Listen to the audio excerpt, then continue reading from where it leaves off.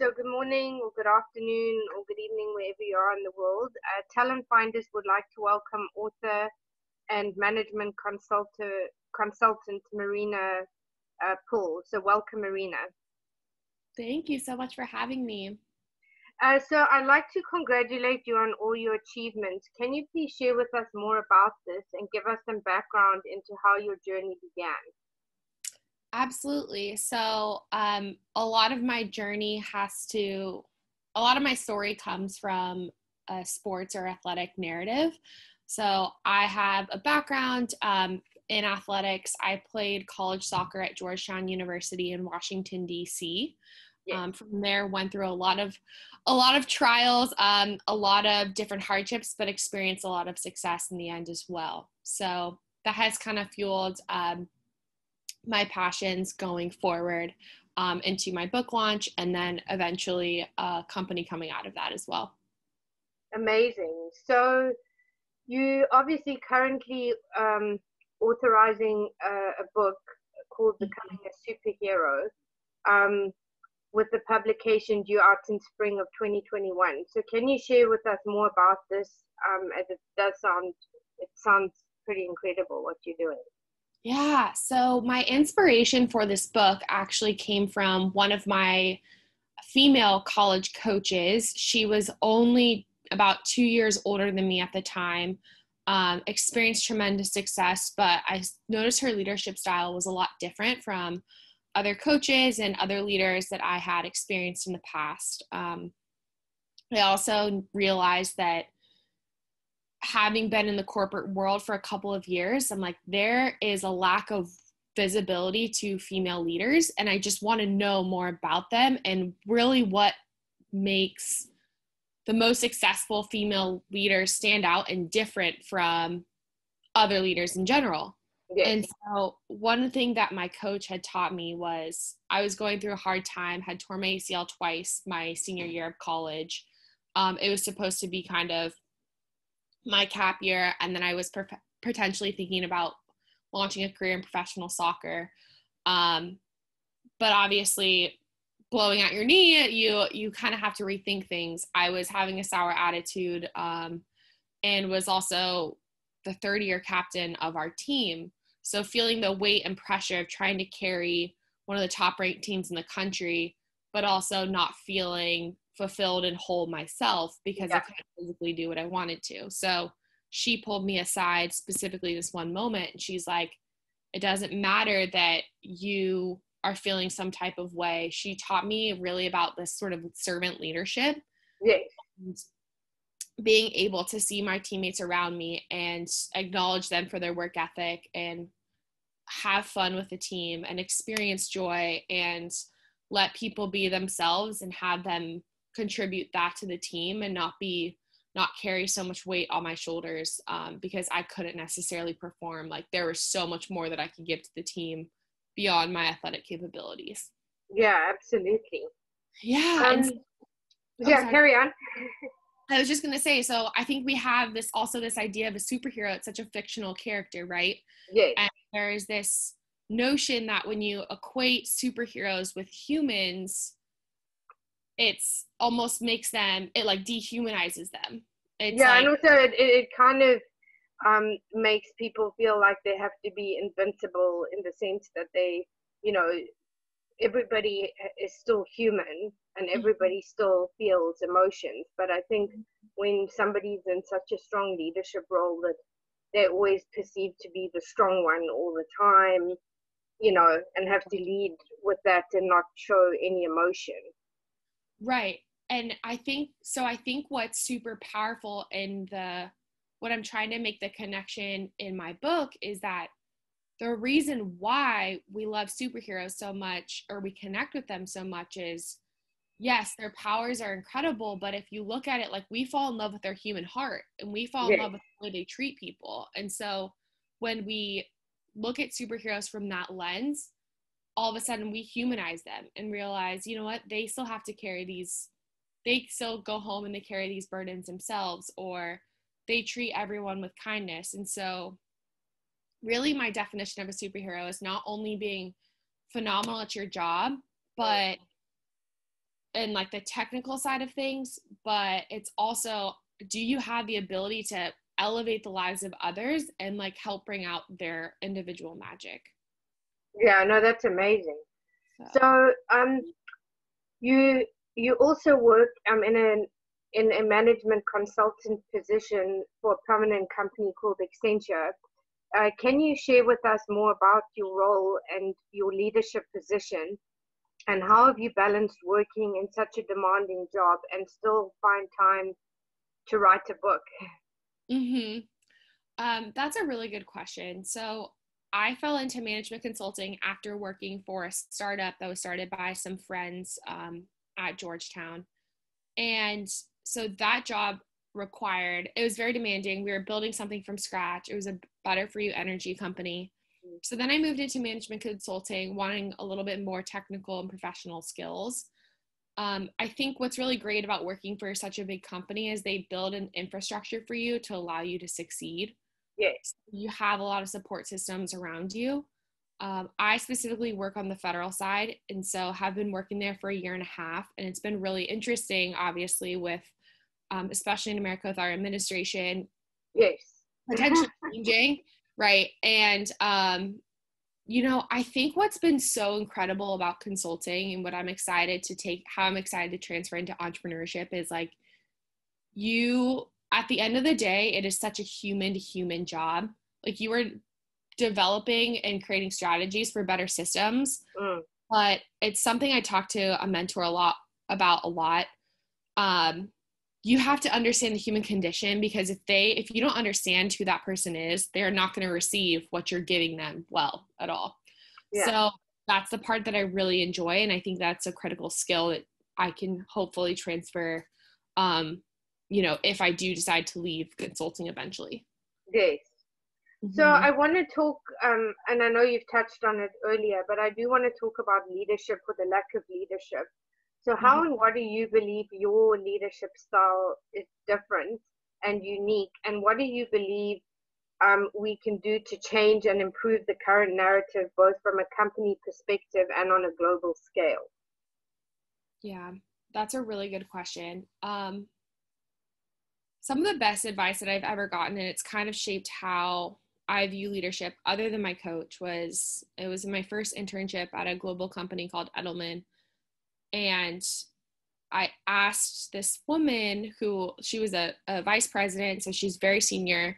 I was like, what is the one thing that you've learned throughout your career? And she's like, you never know what someone brings in their bag to lunch every day. So make sure that you always come to someone each day, each person on the team, with respect.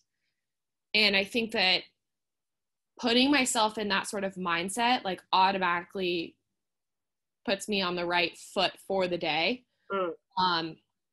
And coming to my team, because I think from like a larger, higher level perspective, to me, leadership, it kind of looks like this servant leadership mentality where no matter what, like, your job is to make sure that everyone on your team is successful and that your team holistically together is successful. Yes. And it's more of like a human facing role than it is actually doing a bunch of different tasks and technical work all day. Yeah, absolutely. So what would you say some of your biggest lessons and learnings have been within your career? I think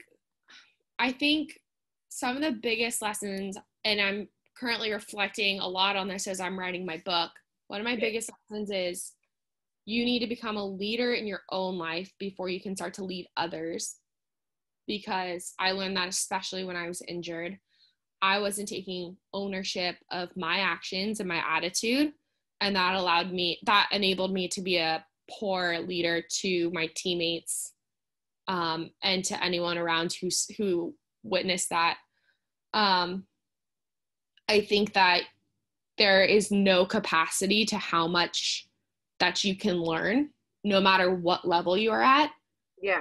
Listening to people and like actually hearing them and actually engaging in their conversation is like absolutely critical.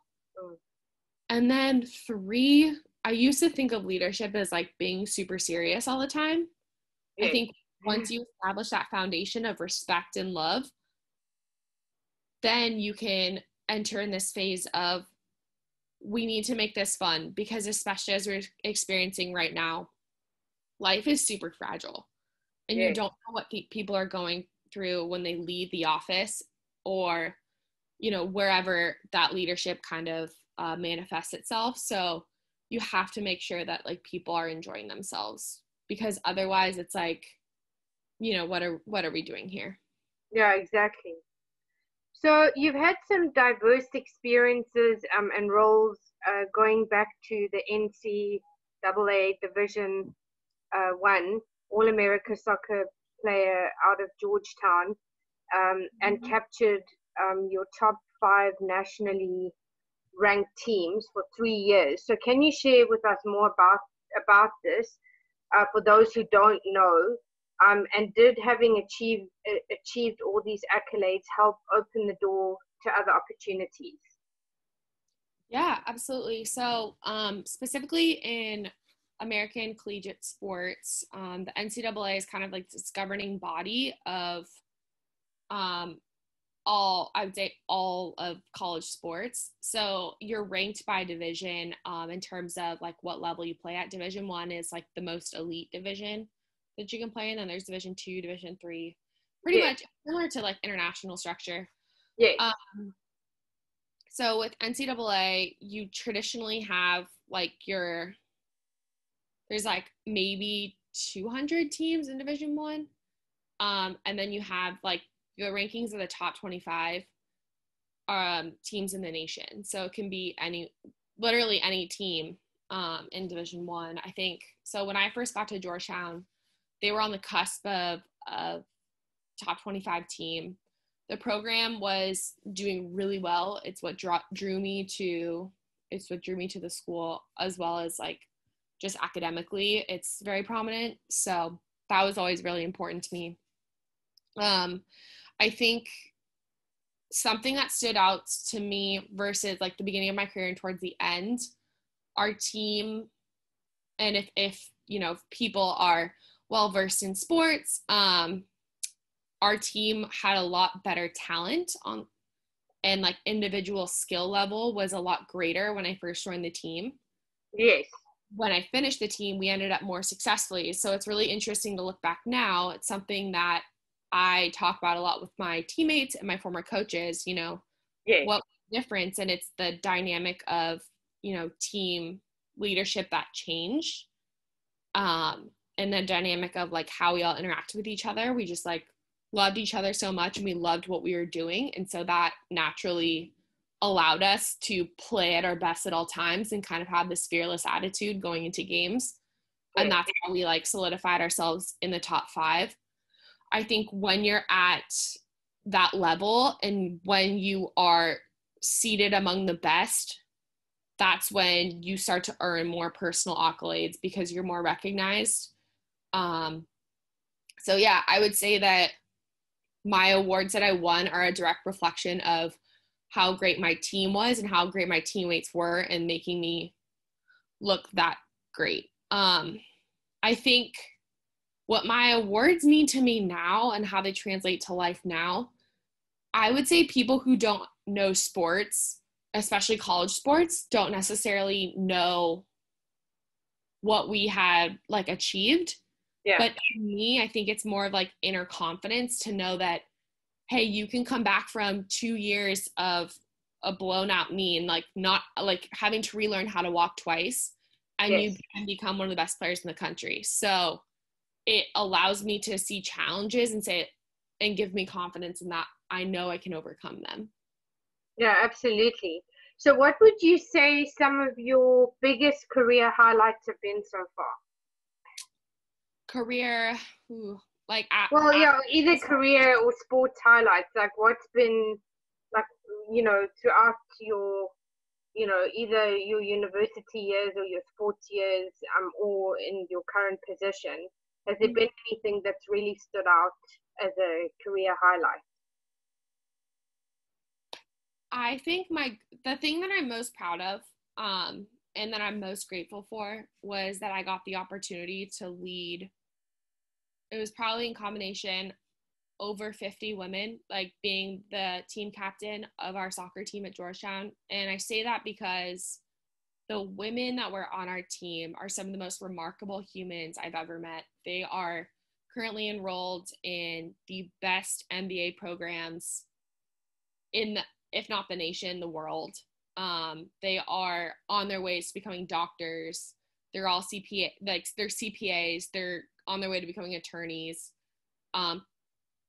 like renowned professional athletes. And so I just felt like I was extremely blessed to be chosen to like be in a leadership position, with those types of like that caliber of person, Yeah. You know, on my team. That's like the greatest honor I think I've had.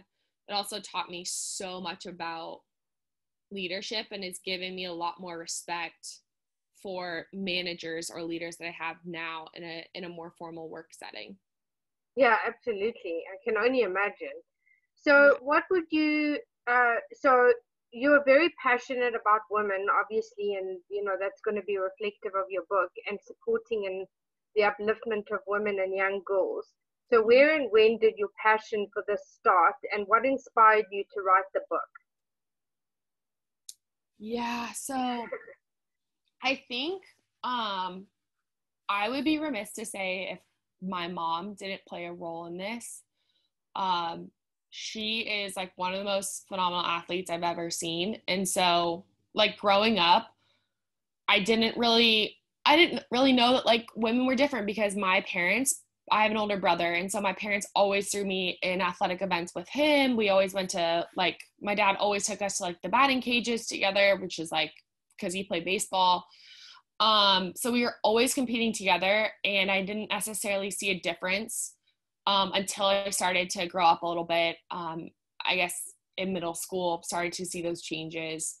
But my mom has worked her entire life, and I didn't really understand that because I came from an area where a lot of moms didn't work, and the dad traditionally worked. Yes. So very old school. Very old school environment. Yeah, and I was like, well, why can't my mom just hang out with me? And then it was not until like I got to high school and college, I was like, oh my gosh, like my mom is such a badass. Like she like we both went to great universities, excelled in sports, excelled in academics, and she worked a full-time job as well as my dad, and they still made time for us. Like family time was always a priority. So I think in seeing that, and especially growing up, I just have had so much respect for her, especially because it wasn't the norm. Yes. And then I just think that also being with women in like growing up with women in athletics, it's just, I can't say it was different because I don't know the other side, but I'm used to seeing this uber competitive type A, wanting to excel at everything type of woman who will stop at no cost, but is also super goofy, funny, has a bold personality. And so that's the image I have. And I didn't realize that wasn't the norm until I wasn't in that environment day to day. And I entered into a work environment, and I'm like, oh, this isn't like how it always is for women, or this is what it's like to be treated maybe a little bit lesser than because of my gender. Yes. And it's still a big problem even now. I mean, whether you're in the workspace, you know, whatever, there's always that element. Absolutely. Especially like I have privilege because I am a white woman. And so right now, especially in Washington, D.C., where I'm located, you see the discrepancy between what it is to be white or a person of color. And especially from a woman's perspective, just seeing statistics on how much less women of color are paid is just like one statistic on how much, like, you know, the gender discrimination, how big the gender discrimination is. So I think that it's a story that's not told a lot. I think we understand that there's like a discrepancy, but we don't necessarily, what I found passion for my book is like, we don't talk about and elevate and expose how tremendous women truly are. We just talk about like the gap. Yeah. It's how like negative it is, but I wanted to like spin it in a positive way. Yes, absolutely. Well, I mean, that's also the other thing I feel is that people don't want to have these discussions because they're uncomfortable to have. But, I think in what you're doing, I think it's really awesome because in many respects, it's still a conversation that you want to be able to bring to the table where people can have a mature, sit down conversation as opposed to, aggressive attacking. And I think this is what we're seeing is that, you need people to lead in that respect and not from a violent perspective or from a divisive perspective, and rather bring people to the table and have the discussions and, try to find solutions. Well, and to that point, it's like, yeah, exactly. We need advocates. We don't need people working against us. So whoever's in positions of power, like my dad is, growing up, just naturally by social standards, a white male. And then most likely my brother will be the same because he's another white male. So when they're in positions of power, it's how can I have conversations with them now so they understand what I'm experiencing, and then be advocates for other women in the workplace. And that's where I think the conversation starts, like you said, at the dinner table, or just in settings where we make it also approachable for them too, and rather than coming from a place of like hate. Yeah, exactly. So having achieved all the degrees at university, do you believe that this has given you an advantage? And what do you believe you'd be, what do you believe doing better to take into account all that you have learned? So in other words, do you think that there's certain things you could do better from, from the education perspective, or do you think that it's given you advantage? That's a really good question. I think, so specifically speaking to Georgetown, I think it was an amazing experience. I think atmosphere combined with education are two really important components. I think the atmosphere of being in our nation's capital, being surrounded by all the world events that are going on. And for me, in a town that looked a lot different from the small beach town that I grew up in California, I think that's a huge component. I think my peers and at that time, like exceptionally smart human beings from all around the world who did not look like me. I learned so much just by like being in class with them or having discussions around, just in cafes and things like that. So that enabled me to just like grow my interest for different things I never think I would have been exposed to if I stayed or went to a community that was very similar to the one I grew up in. Yes. And also probably learned a lot of different cultural aspects. Absolutely. And I mean, even being on the East Coast, so many people had access to Europe or Asia or even the Caribbean, where there are places I had never gone to before. Like we mostly go to Latin America because it was closer to where I grew up, and or Hawaii. And we, fortunately we were able to be in a position to go to those places, but I just had never had access to all that, the rest of the world. And so it was really, really awesome to have conversations about that and hear about different cultures, and also take classes that talked about those different cultures, because the East Coast is such a, I would just say kind of like an international hub for America, at least, in terms of. Yeah, it's definitely very different to the East Coast for sure. Right. So I think that was a big component of it. And then I think just academically, everyone there, I mean, it's also a top 25 school. And so everyone there is gearing for excellence. Like, they are, I think, some of the smartest human beings I've ever met, but because of that, like, the professors hold this very, very high standard. So I absolutely loved my experience at Georgetown. I think it challenged me a lot academically and just personally. I think one thing when I look back on, Yes. As athletes, right, we're so used to statistics and we want to win everything. Yes. And I think that I was really, really focused on trying to get the best grades. And sometimes now looking back, I'm like, oh, I wish I would have been in that class to, like, really absorb the content and to learn the concepts as well as I could to be able to transfer them. Because college is like, your grades definitely matter, but it also, like, you're paying so much money for the experience to learn how to apply these concepts later in life. So that's something I wish I would have looked back on, but the life experience I had at Georgetown was just phenomenal. Amazing. So what would you say your biggest goal and vision for the future, and how do you believe women are going to take on more leadership roles in the future?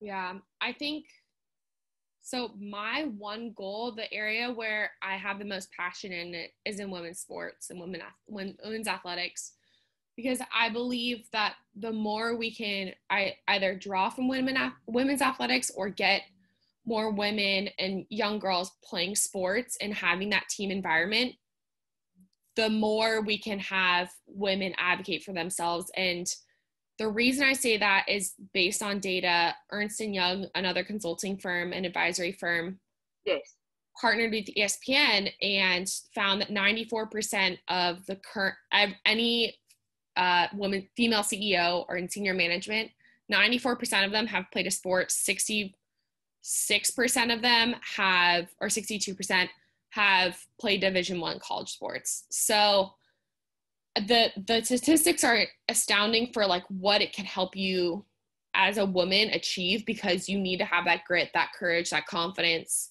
that relentlessness, but also, like, that passion and idea, like, sense of team to be at the top. yes. And so I guess my whole idea is, like, how can I create a company where young girls and women have someone they can look up to, they can see more women like them, or a company that helps them find that inner leader or inner superhero within themselves. Absolutely. So that leads me to obviously our current situation, which is COVID-19, which has obviously turned most of our world upside down and inside out. So how has this changed your personal perspective on the future and the way we conduct business going forward? And what and how have you had to adapt? And can you give us any examples? Yeah. That's a really good question. First of all, I think in moments like this, everyone's kind of reevaluating their priorities. Yes, big time. Yep. And for me, that is number one is family. And family to me is who I'm blood related to, but also my friendships, right? They're kind of chosen family. So it's how can I prioritize those and just make sure, like, on a fundamental level, that I am still able to care and, like, love for those people and be involved in their lives. Because all the stuff, others, like, just stuff doesn't really matter anymore. No, absolutely. 100%. So, yeah, and have you got any examples that you could give us of how you've had to adapt during this time? Yeah, one example that's coming up quickly is I actually am relocating back to California. Oh, okay. Yep. So I am moving. I fell in love with the East Coast. I've been out here for almost a decade and am chosen to move back to California and start a new life there. Carry all of the things I'm doing with me, but build a community there around my family, because it's just showed me how important that is and how much I want to be involved in people's lives who I love so much. So that is one example. I think too, you quickly realize, for me, like what the closest relationships are and what are like kind of tangential, and that some tangential relationships that could maybe be toxic during this time, it makes it really clear to just kind of, cut those things off. Yeah, absolutely. And then I think one big thing that I experienced during this time is like, we have a little bit more time on ourselves, or I'm in a position where I'm afforded to have more time to do my day job, but then also to do a hobby. And that's when I came up with this book idea. So that's amazing. Yeah, I think in times of struggle, that's like when our creativity can just blossom. So trying to see, the negative as a positive sign. Yeah, absolutely. Absolutely. So that leads me to the final question. What are the 3 key pieces of advice you would give to other entrepreneurs, and how would you like to be remembered, or what legacy? Some people prefer legacy, some people prefer to be just what they'd be like to be remembered for. So yeah, I think 3 key pieces of advice, like my first one is, you have to be okay with yourself, and you have to love yourself, because you are the only thing that's guaranteed in this life. yes, Especially when going into entrepreneurship. And I'm sure you experience this with your podcast, but you have to believe in yourself. And that is like the number one thing. And it's extremely hard, and it's a everyday battle. yes. And it's also incredibly lonely. It's Yep. It can be incredibly lonely. Doubt, like self-doubt comes in, or other things come in when we have access to social media, and you can start, just doubting yourself and losing confidence. So 1, believe in yourself more than anything in the world. And then I would say, work extremely hard. Every single person, every entrepreneur, every person who I strive to be like, I say be like when I grow up, but they have tremendous work ethic. yes. I think you can never work hard enough.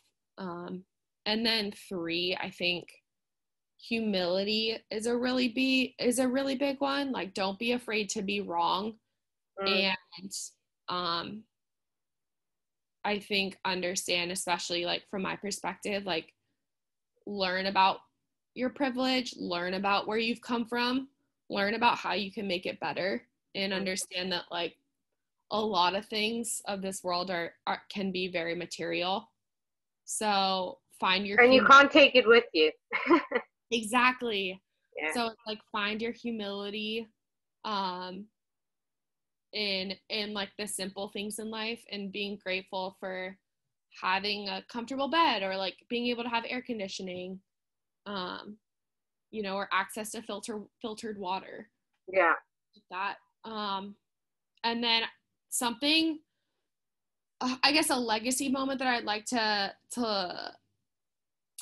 take away. And this is something that I learned from actually a stranger, but it was in a taxi ride to the airport, and we were crossing this bridge in Georgetown. It's called the Key Bridge. It's like very famous in American history. And there's these big buildings, and, they have the company names on them. And he's like, those buildings, they have people's names on them. Those people, what people remember aren't necessarily the names on those buildings, but people will always remember how you treated them. 100%. So that's kind of like the thing I try to remember, is like, it's kind of a saying off of Mother Teresa, but it's like, leave everybody better than you found them. Yes, of course. Yeah. 100%. So that's, and I do think that, that a lot of people, because I've also had this conversation around, COVID-19, and I feel like this is you know, a lot of people have got their theories, and there's all this conspiracy theory, and there's all this political division and all of that. But when you get back down to it, I think, you know, we were heading in a very dangerous direction anyway. And I just feel like COVID-19 just accelerated it, to expose what's going on. But I also think that it has raised a certain level of consciousness that wasn't there before. And I think that people who haven't experienced trauma, this is a very traumatic experience, because they have now been woken up to a lot of realities and don't necessarily know how to deal with it. So yeah, I think that there's a lot of there's a lot of things going on within this. Yeah. Yeah. I just hope that we'll have just more human compassion Yeah. for people. And for the environment, right? Exactly. That's a big one. Yeah. For sure. Well, I want to so much thank you for your time, for just joining me today. And if people would like to connect with you, Marina, what's the best platforms to do so? Yeah, I would say the platform that I'm most active on is Instagram, and that's just my full name, so Marina Paul. Okay, perfect. Paul. Yeah. And are you on LinkedIn? I am, and it's same Marina. Name, okay. Thank you so much for having me. I loved all your questions, and that just they're very thought-provoking and they're important. So thank you. Well, thank you so much, and hopefully we can have you back in the future to see where you are in your journey, and perhaps when you've published your book, it would be great to have you back. That would be wonderful. Thank you, Karen. Thank you. Bye. Bye.